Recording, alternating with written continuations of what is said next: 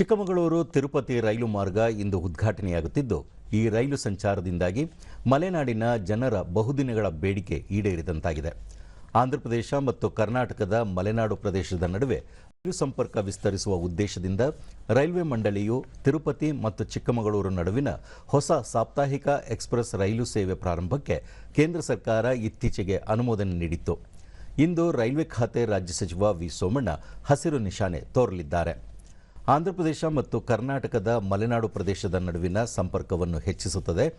July 17 ಮತ್ತು 18ರಿಂದ ನಿಯಮಿತ ಸೇವೆಗಳು ಪ್ರಾರಂಭವಾಗಲಿದ್ದು, ಈ ರೈಲುಗಳು 18 LHB ಕೋಚ್ಗಳನ್ನು ಒಳಗೊಂಡಿದೆ. ಈ ಸೇವೆಯು ಎರಡೂ ಪ್ರದೇಶಗಳ ಪ್ರಯಾಣಿಕರಿಗೆ ಅನುಕೂಲಕರ ಸಾರಿಗೆ ಸಂಪರ್ಕವನ್ನು ಒದಗಿಸುತ್ತದೆ.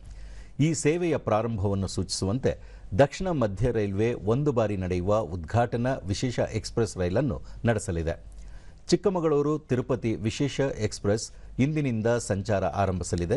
ಮಧ್ಯಾಹ್ನ 12ಕ್ಕೆ ಚಿಕ್ಕಮಗಳೂರಿನಿಂದ ಹೊರಟು ಮರುದಿನ ಬೆಳಗ್ಗೆ 2:30ಕ್ಕೆ ತಿರುಪತಿಗೆ ತಲುಪಲಿದೆ.